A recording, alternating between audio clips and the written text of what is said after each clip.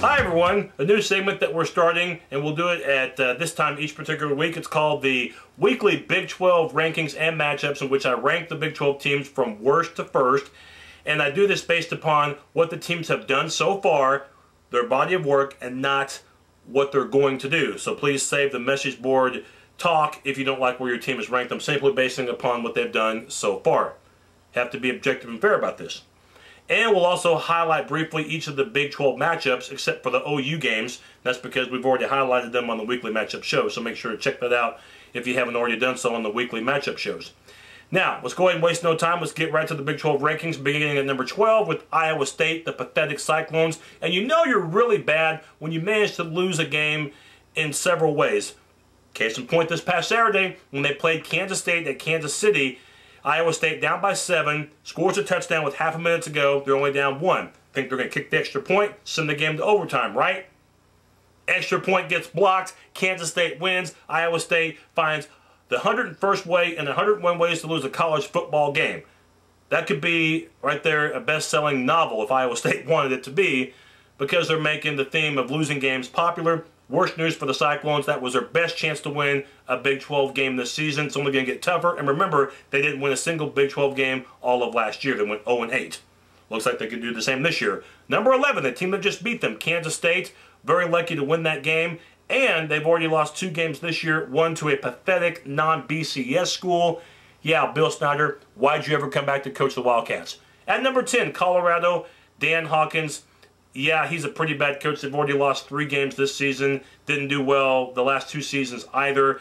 And the worst news is that he probably will stay to be Colorado's head coach just because his contract is ridiculously large, and Colorado really does not have the athletic budget like Oklahoma or Texas has. They simply just can't fire him, pay him out, and then bring somebody else in, and then pay that coach just as much, if not more money, to coach the Buffs. Dan Hawkins, Colorado might be stuck with him for a while. And at number 9, we go to Baylor. The Bears are getting better. Too bad they lost their everything quarterback Robert Griffin a few weeks ago. Injured ACL, probably out for the rest of the season. And again, it's too bad because Baylor is a team that's getting better. Baylor has already won 3 games this year.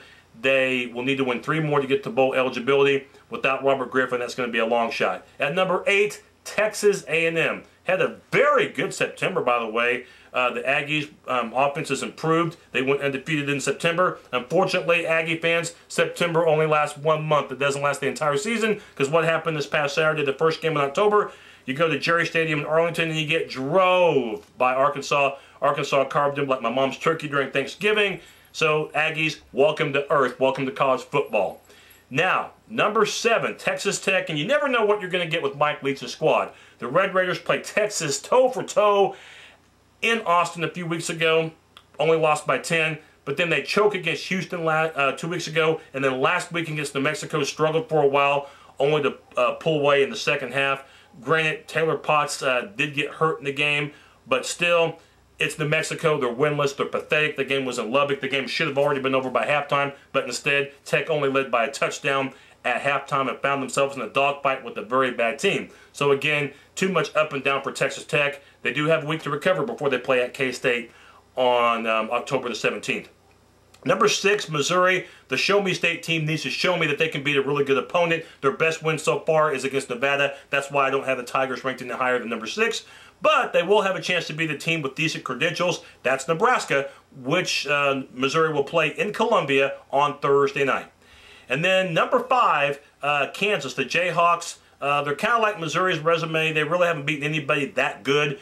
But I do like Kansas's offense, Reesing and the receivers Briscoe as well as Meyer. Kansas's offense is good, but I still have question marks about their defense.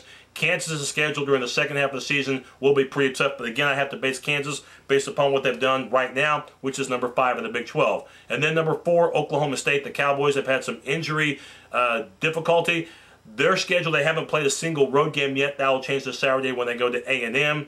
Again, I want to see what the Cowboys can do on defense against a good offense. We'll find that out this Saturday at A&M. Bill Young's defense has questions to answer, and I think there is something wrong with Zach Robinson. I don't think he's 100%, and I don't think he will be for the rest of the season. Number 3, and I know I'm going to get message board flooded with this, Oklahoma. The Sooners already lost 2 games. You can say, well, they lost by a point and they've had injuries. Doesn't matter, though. A loss is a loss any way you can slice it. The offensive line has not been very good this season, and the secondary had a disappointing game against Miami. I think things will improve a little bit with Oklahoma once they get Sam Bradford back. The question is, how much will they improve? But based upon their body of work, I have to rank them number 3. Just barely ahead of Oklahoma at number 2 is Nebraska. The Huskers should be undefeated right now. They let one get away from them against Virginia Tech. Defense for Nebraska has looked terrific. Nebraska will have a chance to prove that they're the best team in the North, or at least just as good as Kansas when they play at Missouri on Thursday night. Game nationally televised, by the way. And it's not even close. Number 1 by a country mile, at least for right now, the Texas Longhorns. Offense looks terrific. Defense looks even better.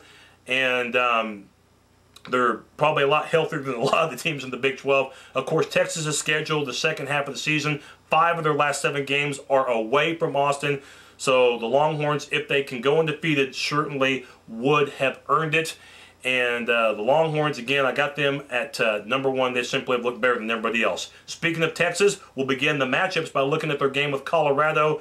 Texas spanked Colorado last year in Boulder. I see no reason why it's going to be any different this year. You might say, well, they got Oklahoma coming up. Maybe they're looking ahead to them. Hey, they had Colorado the week before. They played Oklahoma last year. Didn't seem to bother them then. Won't bother them now. This will be the look on the Colorado fans' face during and after their game against Texas. It'll be the Macaulay Culkin Home Alone look. Okay, let's highlight Iowa State at Kansas. It'll be an 11:30 kickoff.